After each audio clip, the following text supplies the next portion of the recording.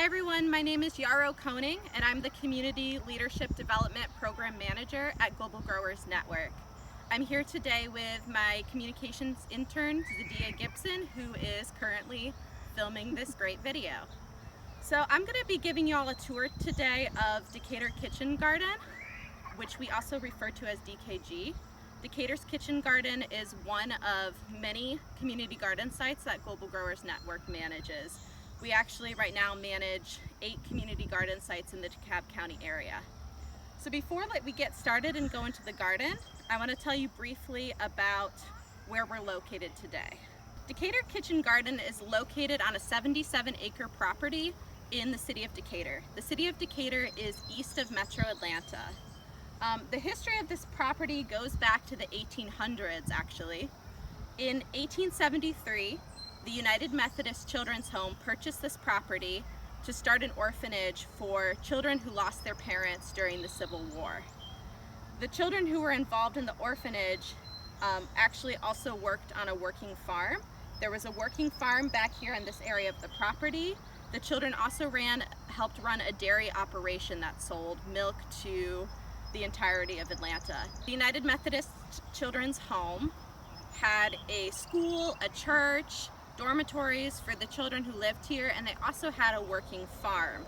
The working farm grew vegetables that helped feed the children who lived on this property. They also ran a dairy operation, and this stone barn over here is one of the oldest buildings on the property. They sold milk from this dairy operation to folks throughout the city of Atlanta. In 2017, the city of Decatur purchased this property from the United Methodist Children's Home, and they came up with a master plan to renovate and restore a lot of the buildings on the property. You can actually read about their entire master plan on the City of Decatur website. One of the things the City of Decatur did after they bought this property was put the back 30 acres or so in a conservation easement.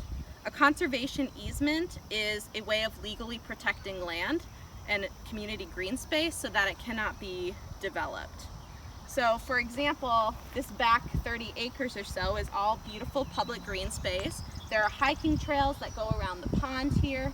This pond is full of wildlife, as is the entire property. You can come out here and see turtles, coyotes, hawks, owls, birds, all kinds of wildlife out here. People also come out and fish here. And also, the garden is included in the conservation easement. Let's go check out the garden. This is Decatur's Kitchen Garden, also known as DKG. This garden was started in 2011 when we broke ground in partnership with the City of Decatur and the United Methodist Children's Home, who I talked about earlier. Right now, this garden offers 32 large in-ground plots for families, especially families who arrived through the Refugee Resettlement Program. Right now we have 28 families in the garden. The families are primarily from Burma or Myanmar and Bhutan, and there are at least 5 cultural groups and 5 language groups represented in the garden right now. You can see as you look around the garden that the plots are very big. They're on average about 600 square feet, and they're meant to be able to allow families to grow a significant amount of food. Most of the produce from these gardens does go into people's home kitchens. A few growers also sell specialty crops from their culture. So for example, we have one man who grows chilies that are a special Nepali variety of chilies, and he sells those to friends and family this year for $14 a pound. They were $12 a pound last year. I guess the prices went up. So now we're gonna take a tour around the garden. So this plot belongs to Deepak. He's one of the growers here at DKG. He's been growing here since 2017. And I want to show you a couple of growing techniques that he's using on his plot. So the first thing that you can really see when you look out here is that Deepak is using sticks and branches that he found from the woods, so reclaimed materials, to build trellises for his plants. Trellising is a way of helping your plants to climb up and supporting them. It allows you to grow vertically as well as horizontally in your plots. So right now he's got some beans growing up. I believe these are long beans, but you can also trellis with other vining crops like cucumber, squash, tomatoes, etc. You'll see this all around Decatur Kitchen Garden. The other thing that you can see here is you can see some of his onions that he planted. I actually believe he planted these last year, and they're coming in close to harvest now too. So there's onions here. If you look over there, you can see some of the pumpkin and squash varieties that growers grow. A lot of the growers here eat both the fruit as well as the vines and the leaves of the various types of squash plants. So yeah, this is Deepak's garden. So this plot belongs to one of our growers who's from Burma, and I wanted to show you all here this plant. This is a plant that's called Roselle. A lot of people also know it as hibiscus. And this is a really interesting plant because it's truly an international plant. We have growers from Southeast Asia who grow it, growers from parts of Africa who grow it, growers from the Caribbean who grow it, even growers in the United States now who grow it. And it has these really interesting sour leaves that people will use in stews and stir fries, and it has just like this nice tart flavor. Also later in the season, it'll put out these beautiful red flowers and seed pods that people use to make tea. So if you've ever had hibiscus tea, that bright red tea, that comes from this plant. So at all of our community garden sites, we provide a selection of shared tools for growers to use. So these include things like hand tools, like a hand hoe cultivator, shovels, rakes, wheelbarrows, and other tools that folks might need for growing. At this site, we also do have a tiller that's available for everybody to use. At Global Growers, we really advocate for a low-till approach at our community garden sites just to help reduce soil erosion and to take care of our soil structure. So you can use a tiller to work your soil amendments really deep into the compacted Georgia clay soil, but we don't really encourage people to till between every crop and to till multiple times a year. Tilling is a strategy, but it's something that we try and minimize to protect our soil. Right now, our tool sheds are closed due to COVID-19. We actually temporarily blocked access to shared tools, but in a more normal year, this is a space that everybody can have access to throughout the growing season. So this is our pollinator garden here at Decatur Kitchen Garden. We have a lot of different native perennial plants that are growing here that attract a lot of different kinds of pollinating insects. When you're planting a pollinator garden, you really want to make sure to plant different kinds of plants that appeal to a wide variety of insects, as well as plants that bloom at different times of year. So right now the plants that you're seeing are plants that bloom in June, but later in the season you'll start to see other plants bloom, like all of our goldenrod that's over there. That will provide a really good source of fall food for pollinators. So yeah, it's a really great addition to the garden. It's a beautiful space, and it helps us, they provide pollination services for all of the plants in the entire garden. Most of the growers we work with at Global Growers Community Garden sites have generations of agricultural experience. They come from more agrarian places where growing food is built into the rhythms of life. So our growers don't really need education on how to grow food. However, there are a few topics that are really particular to growing food in Georgia that growers often request support in learning. Two of those topics are pest management, so dealing with insects in your garden, and also seasonal planting, what to plant at different times of the year. Since we work with growers who have varying degrees of English proficiency, who have many different native languages, and also have different levels of literacy, so ability to read and write, we've kind of tried to focus on signage that is really visual, that doesn't have a lot of words in it, and can be easily understood by folks with any language background. So these are two of the signs that we created that are specifically for use in our garden sites. This sign here is focused on pest management. So if a grower finds a pest or a bug, an insect, out in their plot, they can come and find the insect on the sign here at any phase of its life cycle. So insects, right? They can see what it looks like in an egg phase, a larva phase, a pupa phase, and an adult phase. So once they identify their insect, they can then see different strategies for dealing with that insect, which are over here. We really focus on using integrated pest management techniques that use as few chemicals as possible if there are chemicals, they have to be certified organic. So we teach people what certified organic chemicals are and how to apply them. However, that's really the last line of defense for us against pests. We're more focused on things like hand picking, so literally going in, picking the bug right off the plant and killing it. And if you're ever wondering why organic produce costs more money, that's one reason. Farmers are literally out there picking bugs off their plants. Yeah, and then other strategies on here are natural sprays, attracting beneficial insects that can help control insects that'll eat your plants, planting varieties of seeds that are resistant to pests, and a lot of other strategies. We host regular workshops and demonstrations to teach people these methods, and then have this sign here for reference all the time. So the other topic that growers often ask about is seasonal planting. So remember, a lot of the growers we work with come from parts of the world that have different climates than Georgia. So strategies they may know for planting in their country of origin may not be appropriate here. So this is a planting calendar that we made specifically for our growers. I had an intern who worked with me on this, and she asked the growers what crops they were most interested in learning about, and she also showed them different planting calendar styles to figure out what was going to be the easiest one for them to read. So over here you can see we have pictures of all the plants we're talking about, as well as the English name to help folks learn the English name, but the most important thing here is the pictures. And then we have direct sow, so sowing seeds directly in the ground, or transplant, which is when you produce a seedling in seed trays and then you plant them into the ground. So you can see here for different plants, for example, beets. If you want to plant beets, you can come here and see in March you can direct sow beets, you can transplant beets, and then it takes between 50 to 75 days to be able to harvest.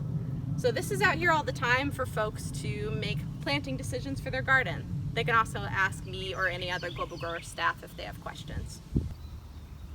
Hi, my name is Savannah. I am the Community Garden Associate here at Global Growers. I'm in charge of maintenance at our community garden properties and sites. I make sure to maintain the paths and walkways. I take care of the tool shed and the pollinator garden, and I also take care of the fence line, the irrigation, and the fruit trees. Right now we're under some elderberries. We have at least 7 different fruit trees in this orchard. Elderberries, cherries, peaches, plums, apples, persimmon, fig, and 1 loquat. A lot of people think that fruit trees are pretty easy. They just kind of like grow on their own, but it actually takes a lot of work to maintain them, and it takes a careful eye. We've gone ahead and pruned all of these elderberries to open them up for airflow, to make sure that they don't get diseases, and to open up healthy limbs to the sun. Going ahead and finding all the dead branches, pruning them off, picking it up is just one task among any number of other tasks. Spraying, we spray all organically, but still need to treat and take care of the trees. Thinning and hand pruning, and eventually, hopefully, harvesting. So this is our herb garden plot back here, and it's still getting started. It's really early in its time, but I wanted to show you all this briefly because the design of it is pretty interesting. So these beds, even though they just look like raised, like standard raised rows, they're actually something called hugelkultur. Hugelkultur means hill culture, and it's a practice of building up mounds of found materials in your landscape in order to grow food. So the way we built these is we dug down into the soil, we filled the pit with branches and leaf litter and wood chips, and then we took the native clay soil, mixed it with compost, mixed it with good microbial inoculant, mixed it with more soil, and we piled it up on there.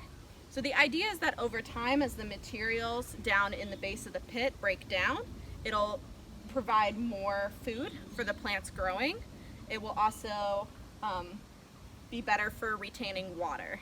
And it meant that we were able to build these beds without really having to buy very much at all. We could find most of it sustainably in the forested area around the garden, as well as things that we weren't using within the garden. So hopefully later in the season this is going to look a lot nicer. We're planting some medicinal varieties back here, as well as culinary herbs. And long term, this is meant to be a space where members of the general public and volunteers can come engage and be a part of the garden. So I wanted to show you all this plot because of these yellow flowers that you can see here. So pretty much every grower in this garden and at most of our network garden sites grows mustard greens. Mustard greens are a really, really popular variety of greens in Southeast Asia. They have a nice little bite to them, and it's really the predominant cool season green here in the garden. So you'll see folks letting their mustard seeds flower, and then they'll actually also cook with the flowers, and then some growers will let their mustard seeds continue so that they can save the seed and use the mustard seed for planting as well as for culinary purposes. So let's talk about irrigation in the garden. So how are growers here watering their plants? There are two different forms of irrigation that are happening at Decatur Kitchen Garden at all times. One of them is a passive form of irrigation that comes based on the entire design of the garden space. So this garden here is designed according to a permaculture design called keyline design. So essentially, this garden has a system of swales and berms. So that's raised areas, berms, and swales, which are lower areas. It's also on a slope. So where we are in the garden now is higher elevation, and it slopes all the way down to the pond that we saw earlier today. As the rain lands and flows down the hill, it is slowed down by the system of swales and berms. So it slows the water, it helps spread it out to different areas of the garden, and it sinks it into the ground. And then we have our fruit trees that are planted in along the berms, and what that does is it provides this underground source of water for our fruit trees pretty much all year long. We still do have to do some watering for our fruit trees, but it's not near as much as we would have to do if we didn't have this garden design in place. The other form of irrigation that we use in the garden is active irrigation. It's people watering their plants. So the way the DKG irrigation designed is based off of the pond. We have an electric pump down at the pond that pumps water underground through a tube, through a buried tube, PVC pipe, and then we have spigots located all throughout the garden. So growers can come and attach hoses to the spigots, and then they can use those hoses to water their crops. So how does somebody get a plot here at Decatur Kitchen Garden? Every year at the beginning of the growing season, we have a registration meeting where growers come and they sign up for their plot for the year. Growers can have up to 2 plots at this site right now, and the cost for the plots is $20 per plot per year. So at that registration meeting, they come, fill out the form for the year, pay their registration fee, and get matched with their plots. We have very little turnover in this garden. A lot of growers here will stay here for many years. In fact, a lot of the growers here have been gardening here longer than I've worked for Global Growers. So there's a real sense of connection to this space. People are very invested in their particular plot, and they've put a lot of work into it. That's why we let people keep their plots from year to year. The other things that happen at this garden during a normal year is we have seasonal grower meetings where growers will come out and talk about any issues or problems that come up in the garden.